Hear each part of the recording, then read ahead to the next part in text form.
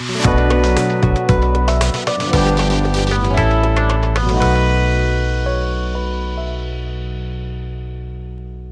Bank Nifty के rate अब भाग जाएंगे, सर आएंगे।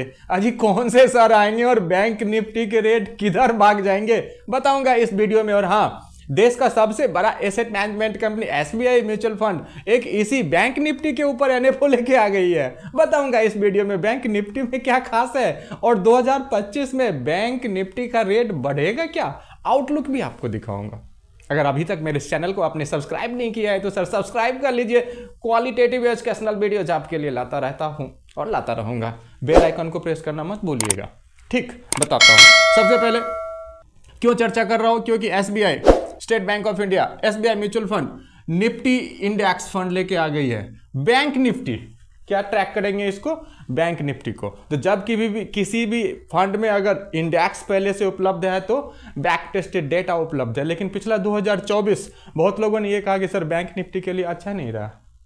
लेकिन सर आपको एक बात बताऊं, बैंक निफ्टी ने तकरीबन 8-8.5% का रिटर्न बना के दिया है। जब इतनी भयंकर बिकवाली थी तब भी। मैं ये नहीं कह रहा कि चमत्कार करके दिया, लेकिन ये कह रहा हूं कि ड्रॉ डाउन प्रोटेक्शन एटलीस्ट इन्होंने दिया।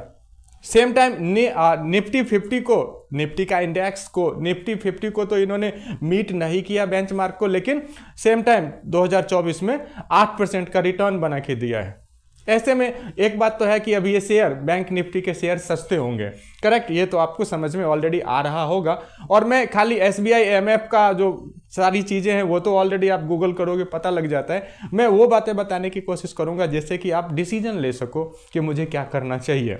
और इसके लिए जरूरत पड़ती है आउटलुक का, कि 2025 में क्या आउटलुक रहेगा बैंक निफ्टी इंडेक्स का, क्योंकि बैंक निफ्टी इंडेक्स को ही एसबीआई एमएफ का ये एनएफओ फॉलो करने वाला है। तो चलिए बिना देर की आपको बताना शुरू करते हैं।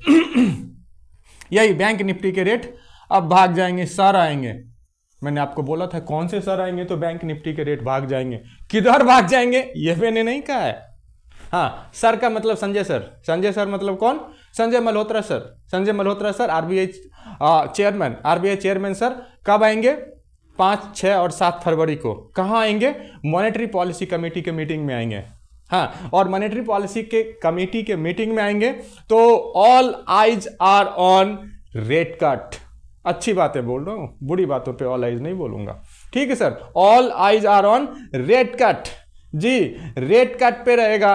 और अगर रेपो रेट भैया नीचे आ गया तो बैंक निफ्टी की बल्ले बल्ले हो सकती है। ठीक, तो ये sir MPC monetary policy committee का 5, 6, 7 फरवरी को बैठक होनी है और रेट कट के ऊपर सबका ध्यान रहेगा। अगर ऐसा हो जाता है तो 2025 में बैंक निफ्टी आउट परफॉर्म कर सकता है निफ्टी इंडेक्स को।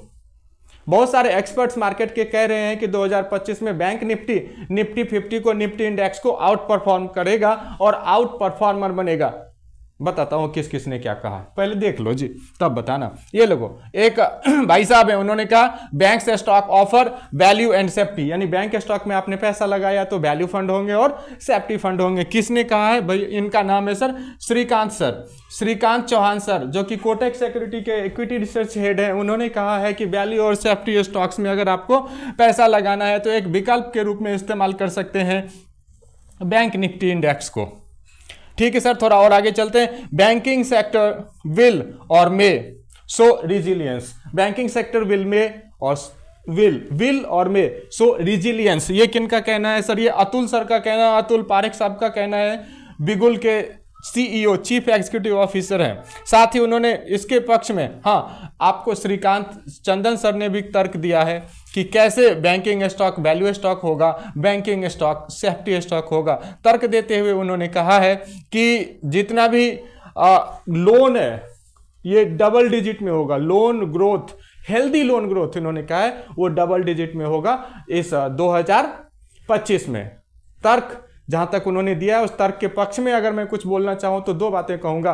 पहला कि रेट कट एक्सपेक्टेड है और दूसरा सीआरआर, उस पर रिलैक्सेशन दिया है आरबीआई ने। दोनों चर्चा अभी मैं करूंगा। पहले लोगों ने क्या कहा है वो पढ़ देता हूं। तो ये आपको मैंने अतुल पारेख साहब की बातें बताई कि रिजिलियंस दिखाएगा। क्यों दिखाएगा? बिकॉज क्रेडिट ग्रोथ मॉडरेट रहेगा, प्रॉफिटेबिलिटी इंडिकेट हेल्दी रहेगी, इंडिकेटर्स प्रॉफिटेबिलिटी इंडिकेटर्स हेल्दी रहेगी। जहां एक तरफ चौहान साहब ने इस बात की बातें कही है कि हेल्दी लोन ग्रोथ हो रहेगा, वहीं दूसरी तरफ बिगुल के सीईओ श्री अतुल पारिक सर ने यह बात कही कि बैंकर्स के दिमाग में प्रॉफिटेबिलिटी रहेगी, प्रॉफिट कैसे बनाना है ये रहेगा। लेकिन दोनों का ऑब्जेक्टिव एक है, चाहे आप किधर से जाओ, लेकिन प्रॉफिटेबिलिटी मतलब पैसा बनाएगा तो बैंक इंडेक्स भागेगा, बैंक इंडेक्स ऊपर की तरफ चढ़ेगा। तीन दो लोगों की बातें मैंने आपको बताई। एक और सर है सर, ये इनका नाम है सर अनुपम रोंगटा सर। अनुपम रोंगटा सर ने कहा कि चूंकि CRR cash reserve ratio basically bankers जो पैसा आरबीआई में रखते हैं सीआरआर के रूप में, उसके बारे में कहा है कि आरबीआई ने रिसेंटली 50 बेसिस पॉइंट कम करके इसे 4% पे ला दिया है। इस वजह से बैंकर्स के हाथ में पैसा ज़्यादा रहेगा, और बैंकर्स के हाथ में लोन देने के लिए जब पैसा ज़्यादा रहेगा तो वो ज़्यादा से ज़्यादा हेल्दी लोन डिस्ट्रीब्यूट कर पाएंगे, मार्जिन ज़्यादा से ज़्यादा कमा पाएंगे, और मार्जिन ज़्यादा से ज़्यादा कमा पाएंगे तो बैंक के स्टॉक्स ऊपर जाने की अच्छी संभावना है। इस वजह से 2025 का आउट परफॉर्मर बैंक निफ्टी रह सकता है। रुंगटा साहब की रिपोर्ट। तो इसका पक्ष और इसका दोनों चीजें बता दिया, और साथ ही रुंगटा साहब ने एक बात और कही सर, उन्होंने कहा कि higher credit, thriving economy, higher credit, जब इकोनॉमी बढ़ रही होती है, प्रॉस्पेरस इकोनॉमी होती है, तो हायर क्रेडिट की नीड होती है। और नॉट ओनली हायर क्रेडिट की नीड होती है, एक और इंपॉर्टेंट चीज बताऊं, फाइनेंशियल सर्विसेज भी बहुत ज़्यादा लोगों को रिक्वायरमेंट बनती है। समझो इस बात को, रुंगटा साहब की बात को थोड़ा सा और एक्सप्लेन कर देता हूं कि बैंकर केवल मार्जिन मनी से प्रॉफिट नहीं बनाता। बैंकर्स केवल मार्जिन मनी से प्रॉफिट नहीं बनाता है, वो तो सिर्फ एक सोर्स ऑफ इनकम है उसका कि आपसे 2% पे उठाया, बाहर 5% पे दिया और 3% का ब्याज कमाया। That is simply lending and borrowing and lending. इसके अतिरिक्त वो डिफरेंट टाइप ऑफ फीस से भी पैसा कमाता है सर। डिफरेंट टाइप, आपने अकाउंट कराया है तो उस अकाउंट के ऊपर एनुअल मेंटेनेंस चार्ज लेगा वो, आपका एटीएम कार्ड है उसके ऊपर वो चार्ज लेगा, क्रेडिट कार्ड अगर दे रहा है तो क्रेडिट कार्ड का एनुअल फीस लेगा वो, लॉट मोर। अगर लेट पेमेंट करते हैं तो लेट पेमेंट फी वसूलेगा वो। दिस काइंड ऑफ फीस उसके इनकम के सोर्स, दूसरे सोर्स। तीसरा सोर्स वो जितने भी कार्ड वगैरह, क्रेडिट कार्ड वगैरह जारी करते हैं उसके ऊपर। तीसरा, जितने भी वो चेक आपका कलेक्ट करता है, एनएससीएच के जरिए चेक जारी करता है, क्या आपका पेंशन अकाउंट है, पेंशन किसी और एजेंसी से वो आपके लिए पेंशन लेके आता है, इस सब से वो आपसे सर कमीशन वसूलेगा।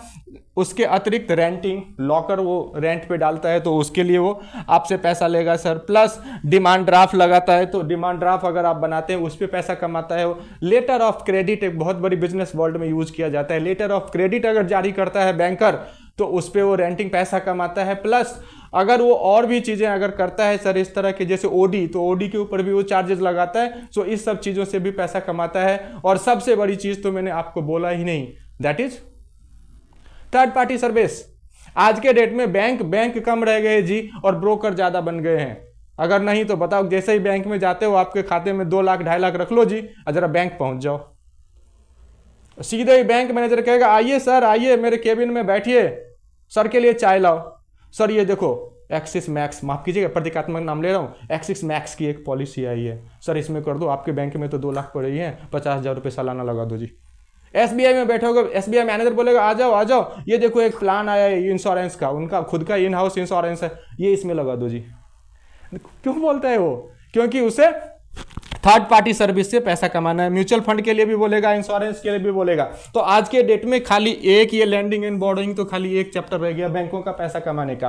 तो रुंगटा साहब यही कह रहे थे कि जब 2025 में हमारा रेट कट होगा, 2025 में अगर सीआरआर तो ऑलरेडी घट ही चुका है और सारी चीजें जो कि बजट आने वाला है सब कुछ पॉजिटिव होगा, तो इकोनॉमी जब प्रॉस्पेरस होगी तो इस कंडीशन में और तमाम क्षेत्रों से बैंक वाले पैसा बनाएंगे। Henceforth bank index will be outperformer in 2025 according to Rungta sir.